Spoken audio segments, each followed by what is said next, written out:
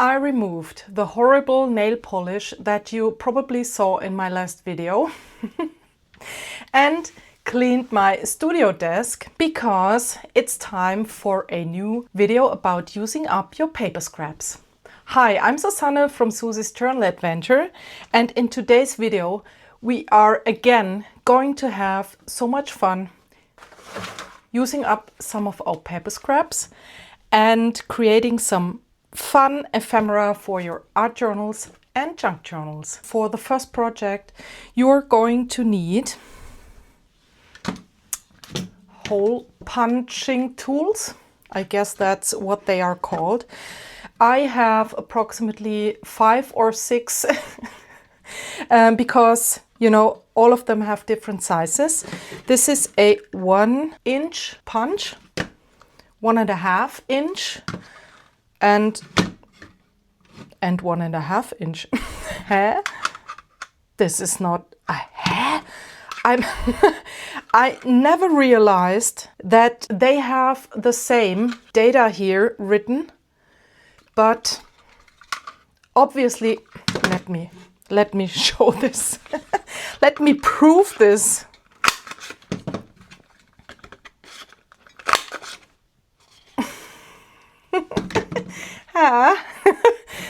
I never realized, and I have them approximately for at least 3 years in my stash, and I use them. Okay, but to be honest, this is not important. I just took those sizes that I thought they are suitable for today's project. So if you don't have hole punching tools, you obviously only need scissors and maybe a pencil, and of course your scrap stash. Oh, and I forgot, you also need one of those smaller hole punching tools, your crocodile, or those things that you also get online or in craft stores. Or you can also use those hole punches that you use in the office for punching the holes in your papers that you then store in, you know, those ring binders. So what we are going to do for the first project is basically paper buttons. And for the paper buttons, we need some cardboard-like material. This is watercolor paper, maybe 250 GSM, I guess, approximately. Or I have those leftover pieces from, you know, those office thingies. I guess the thickness is comparable to manila folders. We won't see the design in the end, so it doesn't matter which color they have or which design they have. You only want to make sure you have some thicker paper for the base. And if you don't have thicker paper, you can glue different layers together to get thicker paper. So we are at first punching some circles. By the way, this is a great stencil for your jelly plate, so I will keep this, of course.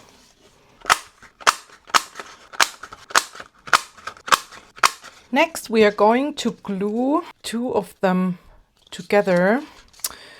You could also use just one of them as the base. We will later on glue another layer of the paper scraps on top. For me personally, I love having my paper buttons a little bit thicker because I think then the illusion of a button is more realistic. So I'm going to glue 2 of them together, or shall we make 3? Well, let's actually do 3 and 2. I'm using my art glitter glue.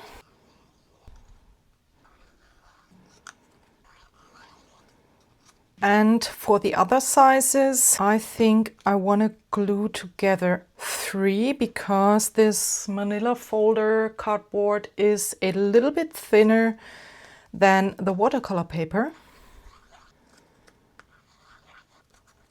just a reminder, if you don't have those hole punches, just trace a circle. You can use anything of a, you know, anything round from your stash. Trace the circle shape and then cut it out with your scissors. Okay, we put these aside and grab our scraps. What we now want to do is a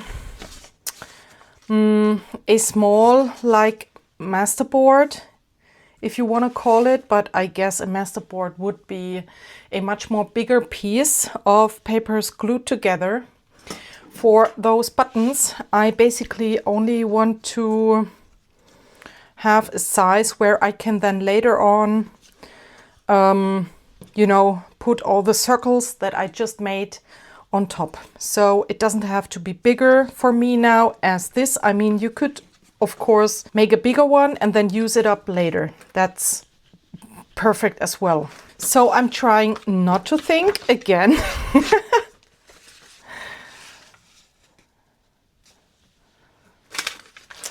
I'm grabbing the papers intuitively with no plan.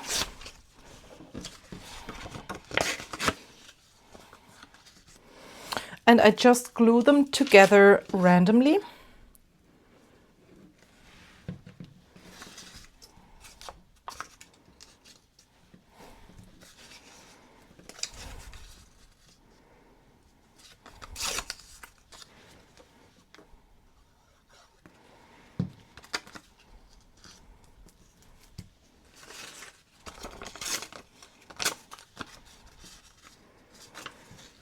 And by the way, if you've missed the other videos of this series where I show you what you can do with your scraps, I have a playlist, and I will link this playlist, of course, for you down in the description box. It seems that you really love this series, and I think I know why, because you all have a huge stash of paper scraps, don't you? Let me quickly show you what I did, or what we did, what I showed you in the last videos. We made those fun plastic packaging clusters. We laminated scraps. We made a zine, fun tags, cards, envelopes. This is so much fun. I mean, I immediately get happy when I look at this box. Oh, and those hearts, those dangles. Ooh. Journal charms, whatever you want to call them. So feel free to check out the videos.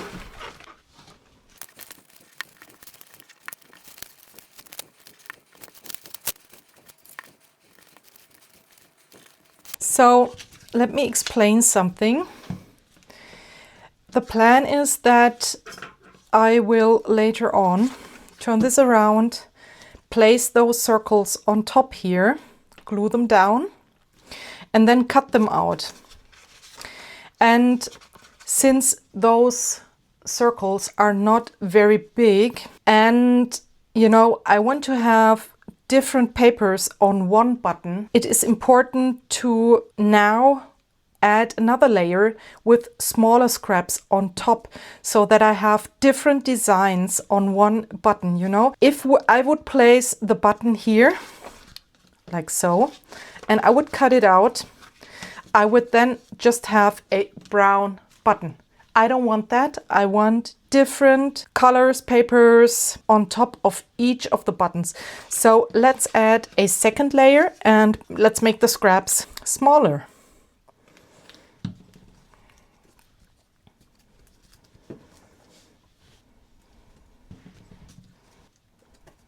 You can also add stickers or those confetti dots. I think this is going to be on the last layer, so I put this aside for the moment.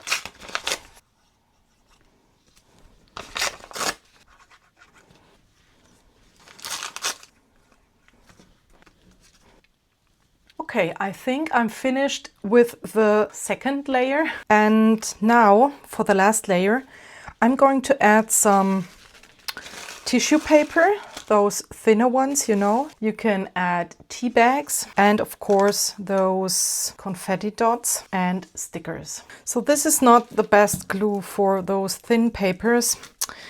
I thought, well, let's just go with this glue because I was too lazy to grab another glue, but I don't really like it here, you know. So please use a glue stick or a matte gel medium. I'm using this glue stick, and I will also glue down the stickers, although they are obviously already sticky properly.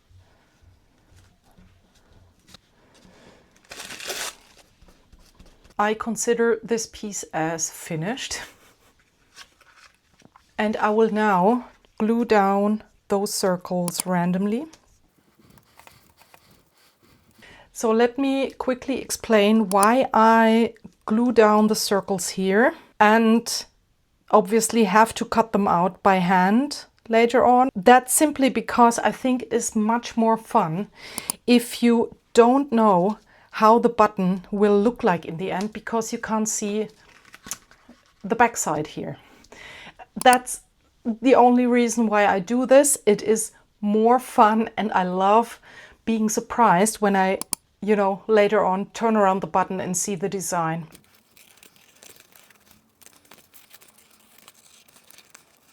And now the big reveal. Oh! And here you can see, I guess, 4 paper scraps. The black and white one, then the neutral one, this fun, colorful paper, and a jelly print. Oh, of course. Why didn't I think about that? Oh my gosh.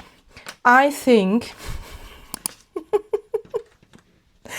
you must have thought now, she's stupid. She's really stupid because obviously I can punch out the circles here as well blindly. Oh my gosh. Okay, let's punch them out at first and then glue them down onto our buttons. Okay, and now we are going to glue them onto the buttons. Next, we are going to punch the 2 holes that buttons usually have. 2 or 4 holes. That's totally up to you. And for the small buttons, I'm going to use the smaller punch here of the crocodile, just for some variation. So you can now ink around the buttons because you can see the cardboard that you used for the base. I'm using my black archival ink here. They are so much fun, aren't they?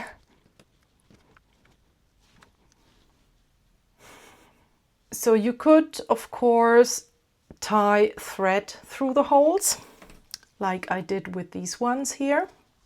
And you can add the buttons, for example, as a tag topper. You can sew them on directly, or just, as I did here, add the thread before and then just glue them down onto your project. You can add them as a closure on a journal cover, or, for example, that would look fun.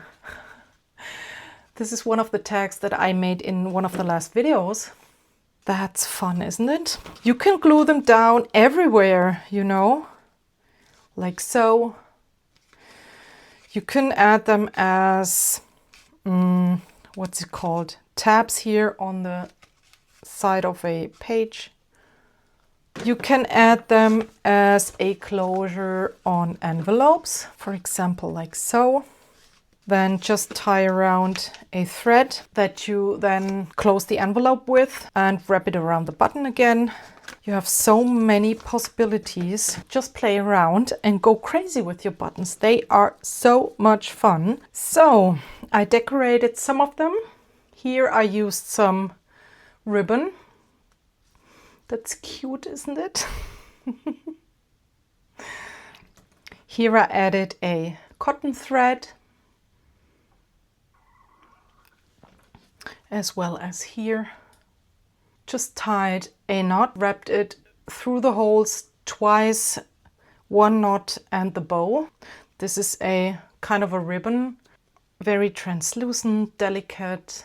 Love that. Didn't tie a bow here, just 2 knots. Yeah, and the others I like to leave them as they are for the moment, because I want to have the flexibility to decide later on, when I know on which project they go, with, you know, what kind of material I want to decorate them. They go here in my stash, in the box where I keep all the projects that I showed you in my Use Your Scraps videos. They go in here. Let's go to the second project. Okay, the scraps, here they are again. And the leftover piece from the buttons. I will use this. This is gorgeous for the second project, you know. Perfect. Because I want to make some fun clusters with you. So for the clusters, I just want to combine different scraps, layer them or collage them, and then sew on top of them, and maybe add a focal point or not. I will decide that individually for each cluster. I love combining neutrals with colorful elements on my clusters. So let's see, this is a neutral one. This of course is neutral. Yeah, this is neutral.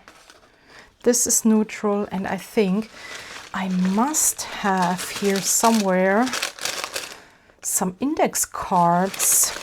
I love using them for those. Oh, here they are. 3. Old photo.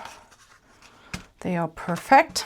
Now I'm going to combine always one, or at least one, neutral piece with some colorful elements from my stash.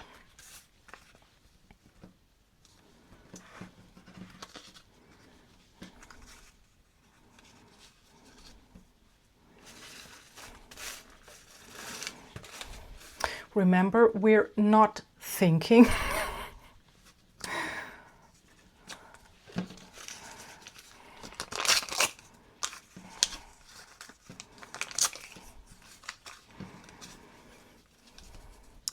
And I must admit, I love having sort of a rectangular shape somehow. You don't have to do that, of course. You can do any shape you like.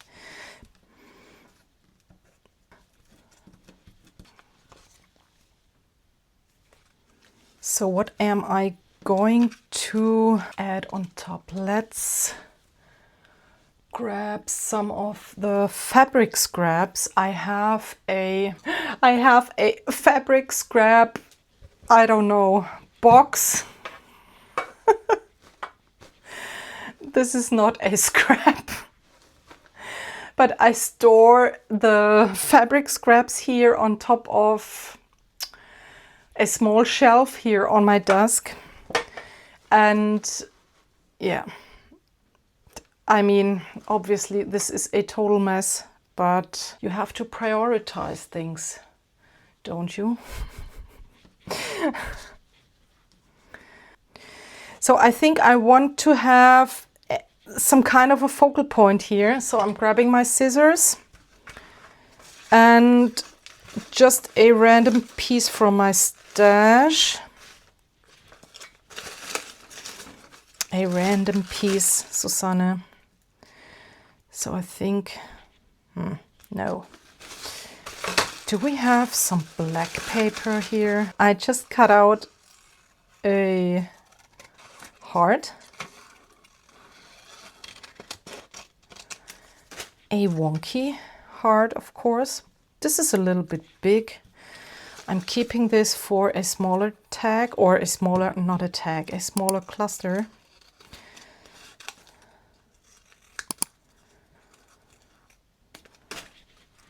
Yeah, that's better.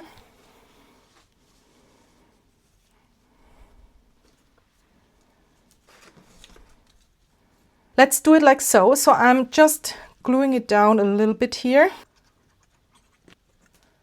And now I take this to my sewing machine and I'll go around with a messy stitch. This is the cluster after I ran it through the sewing machine. I love it. Let's make another one.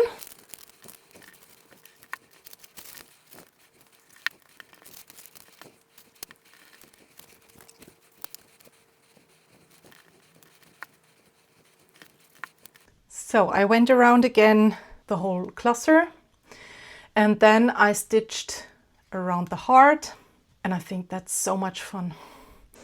Let's make one more.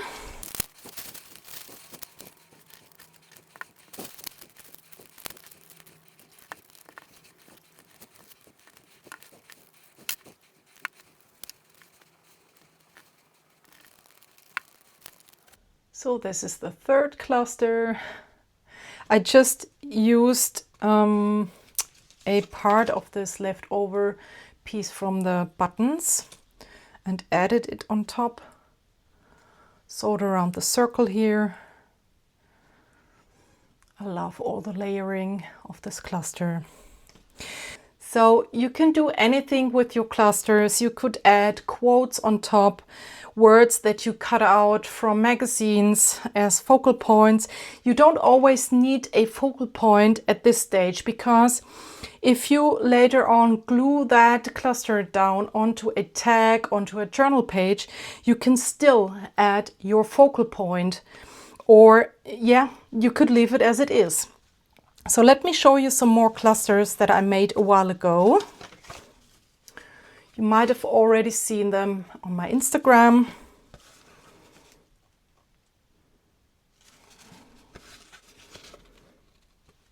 They are basically made in the same way as I've showed you.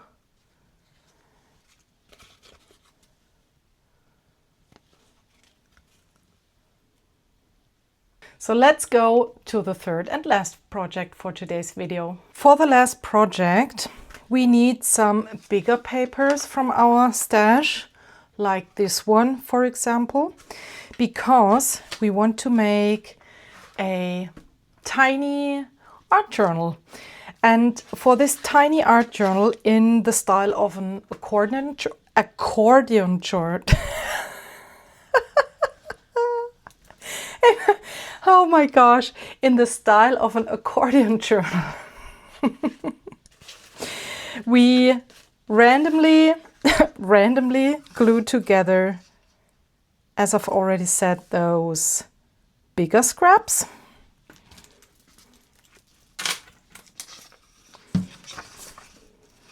Don't like straight edges that much.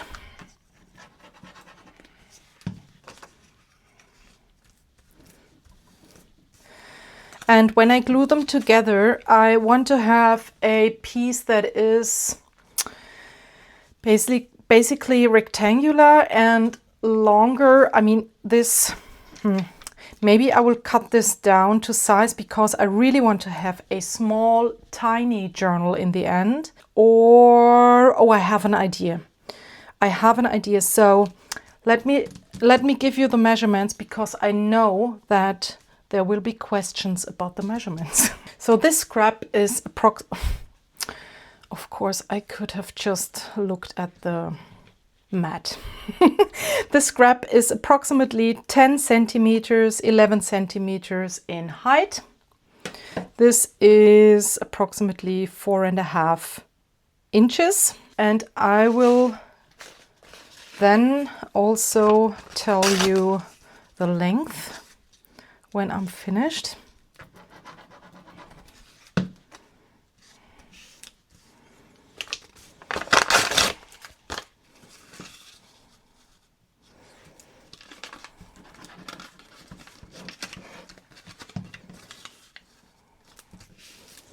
At this point, you don't have to like what you see because we can still add more layers, of course, like we've also did with the other masterboards.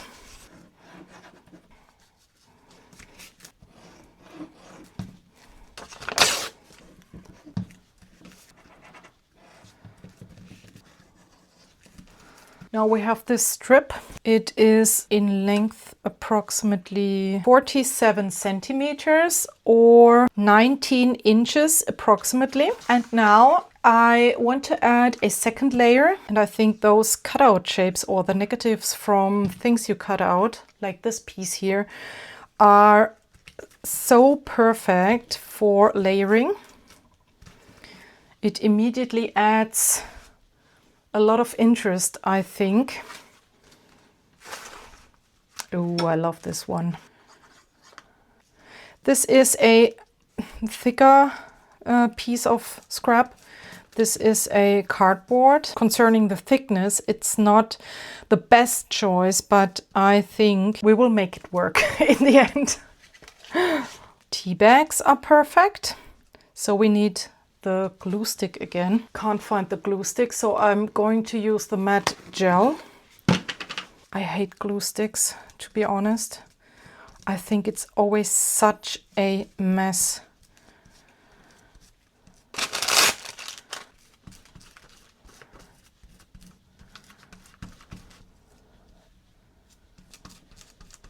I consider this as finished. I'm quickly going to dry this with my heat gun.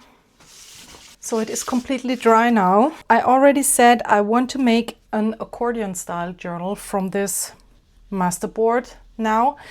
And the accordion style journals, you can flip through them from both sides.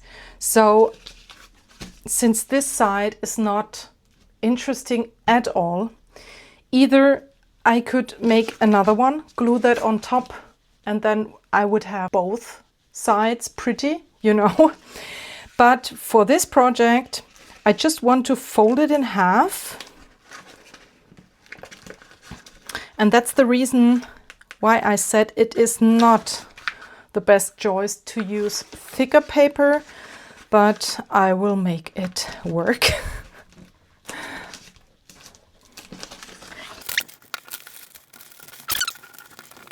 You could use a scoreboard. I have one, but I'm too lazy to go to my shelf where I store it. And now I think I'm gluing those a little bit together, those two sides. We're not striving for perfection, just a reminder that you hear very often in my videos. And I guess I'm saying this very often because it's also an important reminder for me.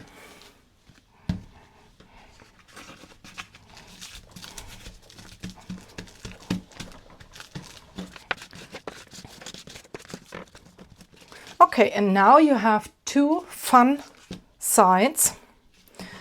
And now we are going to fold the journal.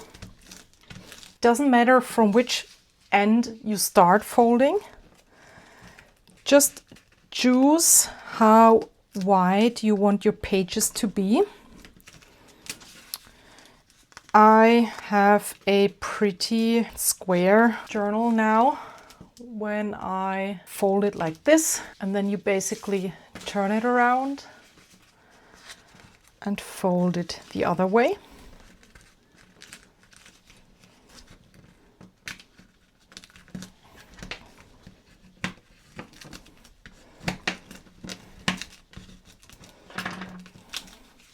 Turn it around again.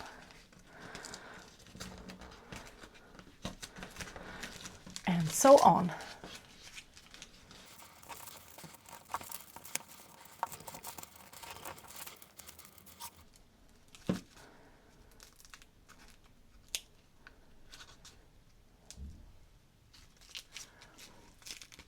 And now you see that this flap or this cover is not as wide as the rest of the journal. This is the end of the paper scrap. And now you could leave it as it is. I think it is already so much fun. A tiny accordion style journal.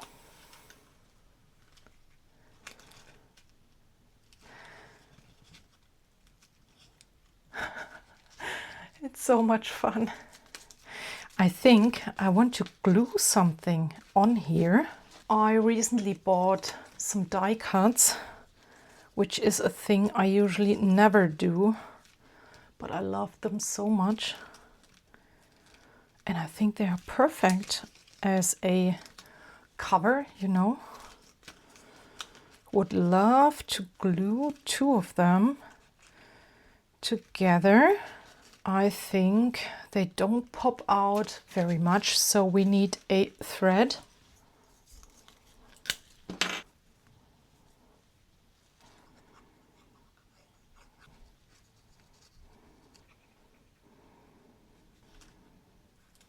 Oh, this is adorable, isn't it?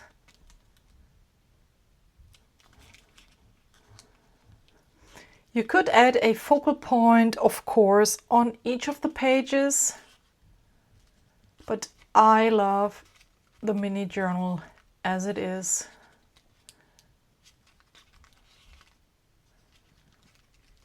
It's perfect, I think. So the journal goes in the box with all the scrap projects. I hope you had fun. I hope you feel inspired. Please share your scrap creations with me if you like. Thank you for watching. I hope I see you soon in my next video and have a lovely day. Bye.